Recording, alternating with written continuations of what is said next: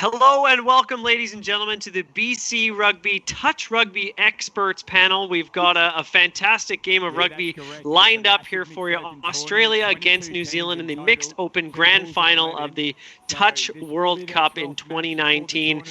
We've got a great panel that will be explaining all of the rules and giving you the full lowdown on Touch Rugby. We've got Sam Carter from Vancouver, who's one of the Canada Sevens organizing committee by way of England. We've got Darcy Patterson, who's a BC Rugby employee who is doing tons of fantastic work throughout BC and helping grow the game, men's and women's rugby. As well as we've got Aaron McLelland, who's one of the great try scorers in BC, who plays for the UBC Old Boys Ravens, lifted the trophy a few times with those guys. And my name is Bryan Kelly. I'm the communications manager for Rugby Americas North. So we're about to get underway. Darcy, I'll just pass it over to you. How's everything going at BC Rugby, and how's the excitement now that it's September 1st and Phase 3 arrived? Yeah, we're pretty excited that we got this opportunity to move to Phase 3. It was unknown if that was going to get to that point. So when we heard the news, we were pretty much jumping for joy, because there's a lot more that you can do in terms of organized play with the ability to breach that 2 meters, whereas before it was a lot of single skills. Well, we're going to get underway in this match just momentarily. Aaron, I'll pass it over to you just to give us a brief synopsis. You know, we're not playing silly buggers here. This is touch rugby. There's specific rules. Why don't you just walk us through as we get set for kickoff? Yeah, absolutely. So I guess it's FIT rules is what you play. So I think that's the Federation of International Touch. 5 touches, so on your 6th touch, it's going to be a handover. Each touch that's made, you need to be back 5 meters. So you can see the referees sort of sit in the defensive line there for Australia. And each time he'll be making sure that players get back 5 meters after each touch.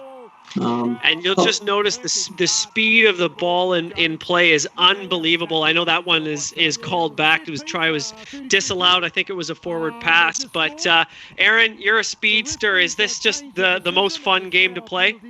Yeah, I love it, man. I love getting hands on the ball and just opportunities to practice your evasion skills. And the great thing about touch, as you can see here, it's co-ed, so it's really it's a game for anyone. Absolutely. Sam, you're originally from England. You know the game of rugby well. Been in Vancouver the last couple of years working on the Canada Sevens tournament, and actually play a little bit of touch rugby. Why don't you just talk me through the experience of your touch rugby skills? My touch rugby career, I'm by no means an expert, but my first taste of the international touch rugby rules was when I was 18 and I left school and entered an 8-week league at my local rugby club, and me and my school rugby mates thought we would cruise through the league, but then we came up against a bunch of Kiwi, Aussie and South African proper touch rugby teams who played proper touch rugby style of rugby.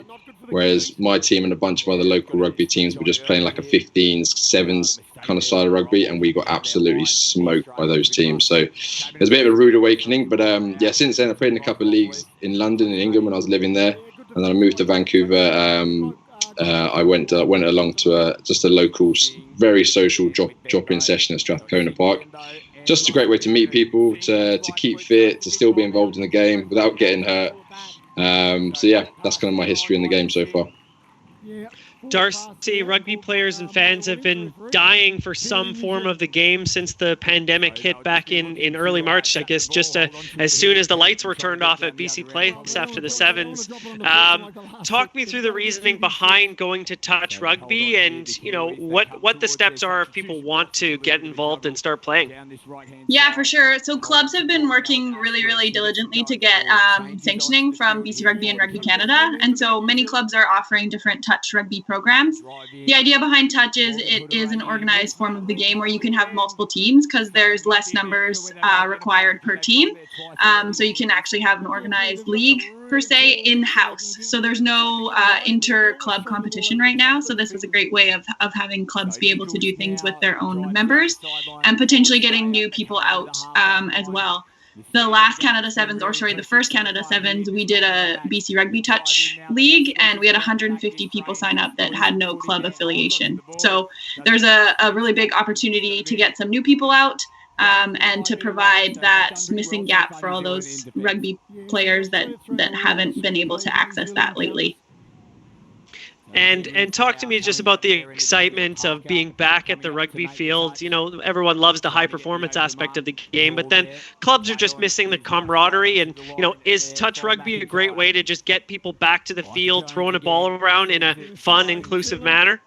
Absolutely. Like, you can bring out anybody to come and play pretty much. So you can grab a buddy, and it's co-ed, as we said.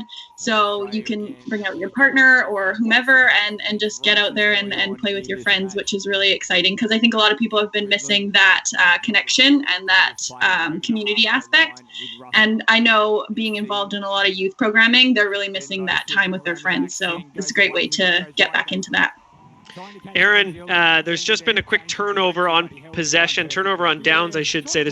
We're 4 minutes in here. We've gone back and forth about 4 or 5 times. Talk me through some of the strategy that you're seeing here so far in the speed of play. Yeah, so you'll see there New Zealand sort of working towards their sub box. I would compare it to hockey in terms of you just do short bouts, so 1 or 2 phases or sets, before you want to get off the field. And like you said, just because of the high intensity nature, they're getting up and down the field, you're exhausted, so you want to sort of get on there, perform, get off, and just keep cycling. Talk to me about the strategy of running at the defense and trying to make a tag, as you see right there. Yeah, so again, Australia's doing the same thing, working towards their sub box, but you'll notice they're kind of picking on one of the defenders. So by attacking the same defender all the time, that defender's constantly going backwards, right? So they don't get a chance to get set. It's quite hard defending when you're going backwards all the time. We know that from rugby union as well. So I think another key thing about touch is just the transferability of skills and tactics from touch to union it's twofold. And Sam, with your experience, talk to me about how you defend when guys and girls are flying up at you with that much pace. I'd say, Aaron can probably speak on this better than me, but I'd say the best way to defend is you want to kind of nominate one person in your team to stay up and make the touch on the attacker, while the rest of your team can then reset back 5 meters. Often for less experienced teams, like teams I've played with in the past, you have that kind of that 15-7s mentality where you all want to stay in the line the whole time. But as soon as a touch is made, you then got to run back. And if you're playing against a good attacking team, they'll pick up the ball really quick and they'll just run in behind your defensive line, and then there's no one back there. So ideally, you want one person up making that touch, and the rest of the team are already back waiting for the next attacking phase. And Darcy, we're 6 minutes in. There's been multiple turnovers. Haven't seen a try yet, but no scrums, no lineouts. Is that correct? Yeah, no set piece. Everything's done by a roll ball or a tap ball. And just trying to keep the speed of play alive. Is that the reasoning? And that's one of the things that excites you guys about having everyone playing touch rugby? Yeah, it's a super fast game, as we've already said, and it keeps the ball moving. So all time that you have, we only have an hour time limit for participating in programs right now, so your hour is going to be very active with using touch rugby. So it's just ball and play all the time, and trying to transition quickly. So attack, defend, lots of different opportunities. You're going to get tons of chances out there to do something either with playmaking or finishing or defending. And I mentioned before that you do a lot of fantastic work around BC with the women's game and trying to grow numbers and grow it from a high performance perspective. You know, do you see touch rugby as a way for, young girls and guys to, not only just get back on the field, but hey, this is a great resource for skill development, passing, evading, tackle, the ability to find gaps to score tries, things like that? Absolutely. You've nailed it. All of those things are really, really important to the modern game now, and can be learned and kind of exposed in this game and worked on. And again, you have the opportunity to make mistakes and then just try again. So if you've tried some sort of step and you haven't beat someone, you get to learn from that and implement it right away. So in terms of learning and applying to the game, you get so many more opportunities and chances. So that way is going to be a great way to grow skills. But in terms of like growing numbers, I think it's a more accessible game. You don't need as many players to start a program, and again, it's co-ed, so anyone can play. You can merge your programs, and without the contact, it's a little bit more forgiving to those new players that always thought maybe they wanted to try the sport and weren't totally sure if they could withstand that contact piece. Aaron, these two sides, I'm sure you can attest to growing up with a rugby ball in your hand, that these skills of just passing and, just having fun and be able to play the game at a high pace just come, from having a rugby ball in your hand growing up. Is this something that Canadians can benefit from playing touch rugby?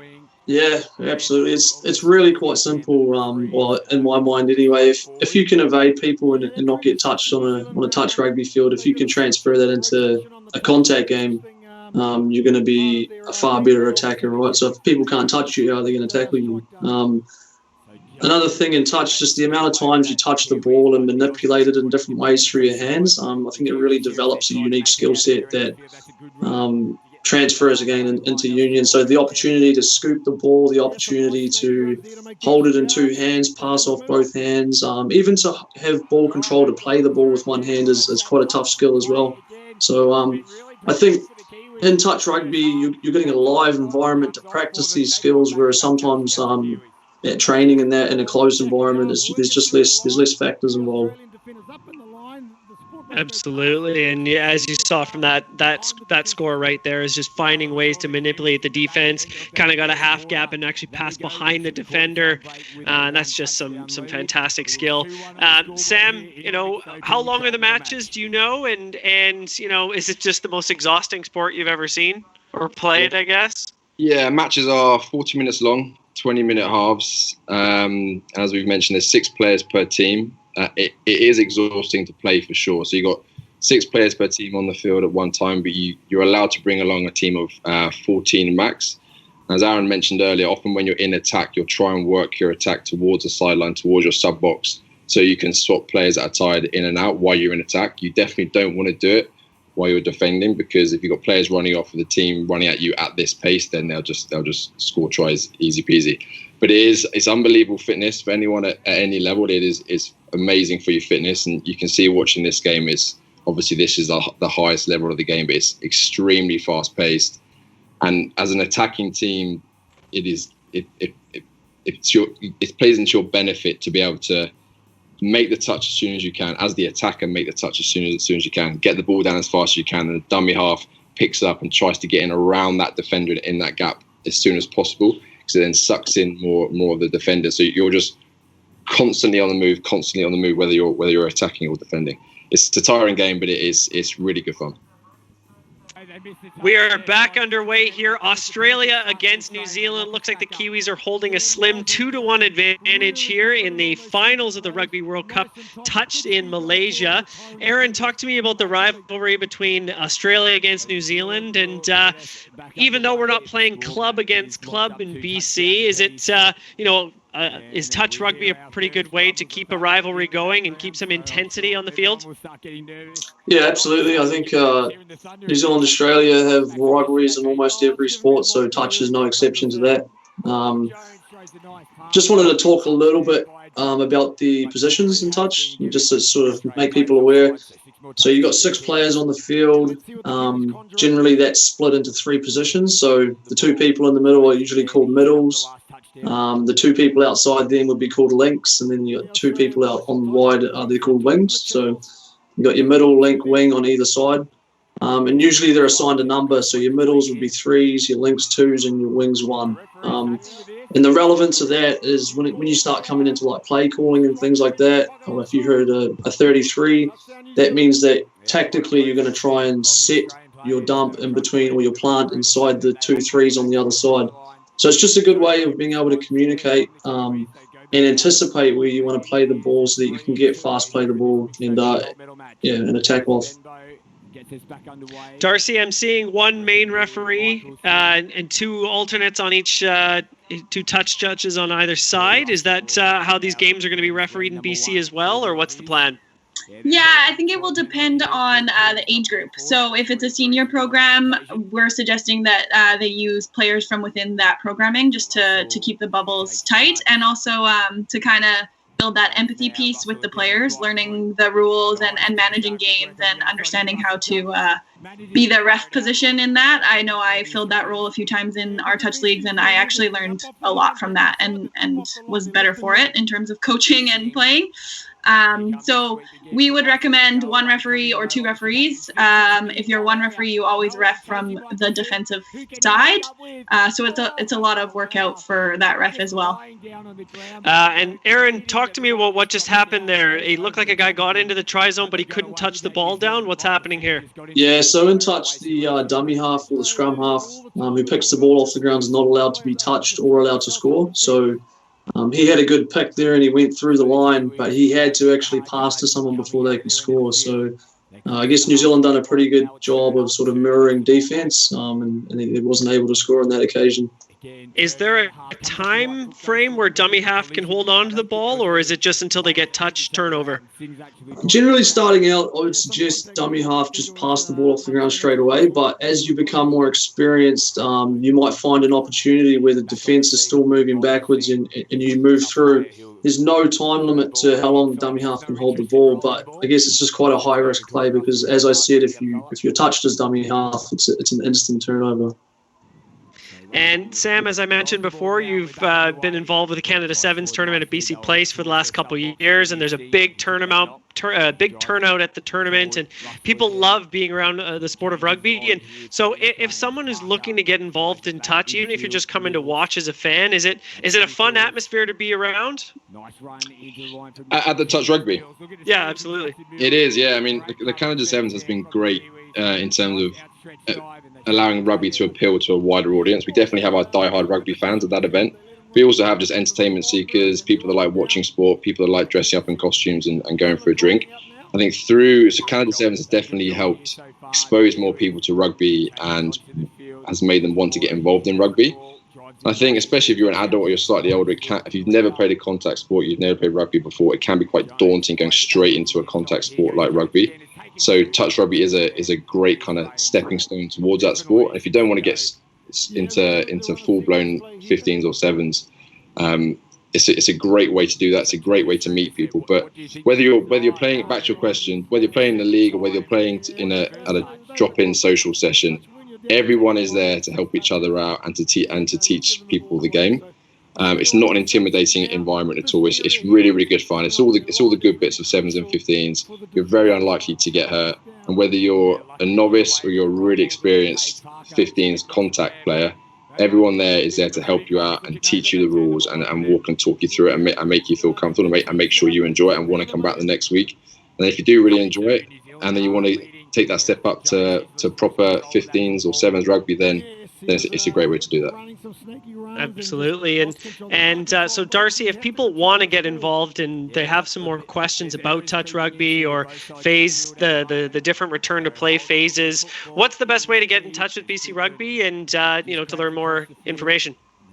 We've made a special website for that, so they can go to our main website, bcrugby.com, and then /return to rugby is where they can find all the information about the different phases and what's going on with COVID considerations. And we'll also have a special link there where it will show all the different clubs that are offering touch rugby programs and places that they can get in touch with to sign up. Excellent. Anybody have any final thoughts here as we continue on? I suppose we should quickly touch on the fact that in defence, and I should have mentioned it earlier, to make a tackle, all you need to do is make it a single touch with a single hand. I'm sure any more experienced rugby players out there, when you're warming up for a training session, you play a bit of touch rugby. Usually it's the two hands on the waist, the two hands on the upper body to make a touch.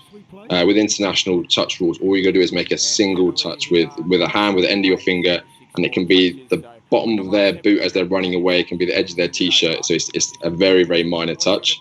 And often, if you're playing more of a drop-in social league and there's not a referee there, it's all just done on an honesty basis. If you're defending and you say you made a touch, you say you made a touch, and then and then the game continues. But it goes back to those evasive skills. If you can make a tackle just by the slightest nick at the end of your finger on their t-shirt, then that's a touch. So having those evasive skills and sharp passing skills as well definitely plays into your favour. We've seen dozens of turnovers so far, Aaron. In the game of 7s and 15, turnovers are huge, and that's where a lot of tries start from. Is spatial awareness and awareness of subs and location on the field, as important in touch with the ball going back and forth so many times? Yeah, super important. Like the first 3 touches, a team will generally just try and move up the field as fast as possible. And like you mentioned, it's a huge territory gain. You're at high risk. So Australia has a fresh set of 6 touches now in the New Zealand defensive end. So they'll have a chance here to actually set up some sort of attacking play. Whereas if New Zealand made a turnover, they'd have to work all the way up the field before they got an opportunity to do the same thing. So that territorial component is huge. I'm seeing a lot of, diving and sliding along the ground the last couple of meters. What's the reasoning behind that? Yeah, I guess they're just trying to make their bodies as small as possible. And, I think everyone sort of has their own little brand of trying to finish. And touch gives you a good opportunity to try and finish some pretty cool tries that you may only get the opportunity to finish once on the wing in 15. So that's another skill that you see highlighted in the game of touch. And Darcy, there's no cards, there's no penalties. It's just play moves on. Is that right?